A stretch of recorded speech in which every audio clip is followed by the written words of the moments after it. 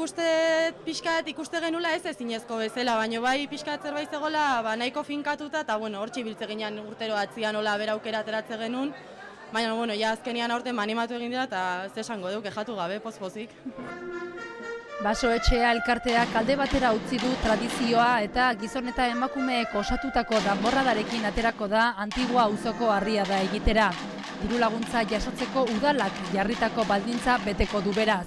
Nire ustez, subibentzioa kapaz erabakia hartua genuen. Nire ustez ez, egia zen erabakia hartua genuen, barrilak erosiak zeuden.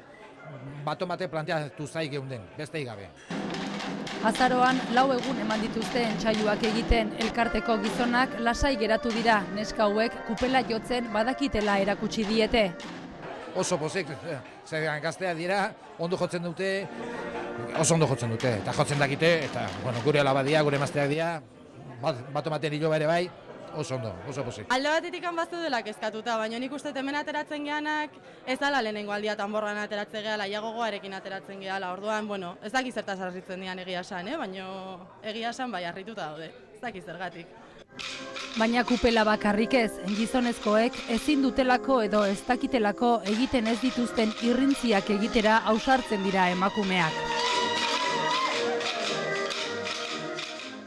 Basoetxea danborradako neskak 15 inguru izango dira. Kupela joko dute gizonezkoekin batera eta haiek bezala sukaldariz jantzita aterako dira.